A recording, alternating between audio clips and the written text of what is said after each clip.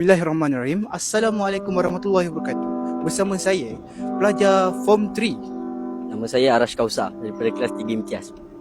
Masya Allah, sedap namanya. Okey, sekarang kita pergi ke soalan yang pertama. Secara umumnya, kita akan buka puasa selepas azan maghrib.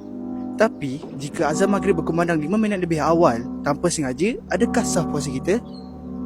Tak sah sebab kita berbuka ikut waktu terbenamnya matahari, bukan azan. Kerja bagus. Masya Allah, jarang kita buat macam tu. Weh, Miao. Tu budak pandai tu, Miao. Jom kita interview dia. Gini. Ya. Ya akhi. Masya Allah, ya akhi. Si. Okey. Form 3 kan?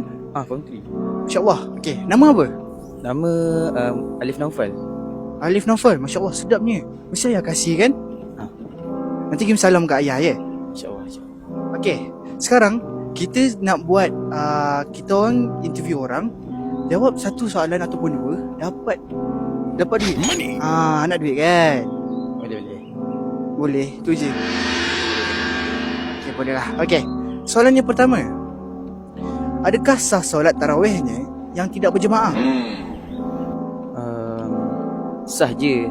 Sebab solat tarawih ni dia tak disyariatkan pun untuk berjemaah. Sebab dia sunat muakkad. Masya Allah, jawapannya tepat dan betul. Okey, sekarang kita pergi ke soalan yang kedua pula. Apakah puasa yang wajib selain puasa Ramadan? Puasa qada, puasa nazar dan puasa kifarat. Yes, sir. Masya Allah, tiga-tiga dia bagi. Aku memang barat air. Aku suka betul budak macam ni. Tamatlah sudah kita dengan sesi Alif Naufal. Okey, nak duit tak? Betul ni? Betul. Okey, sabar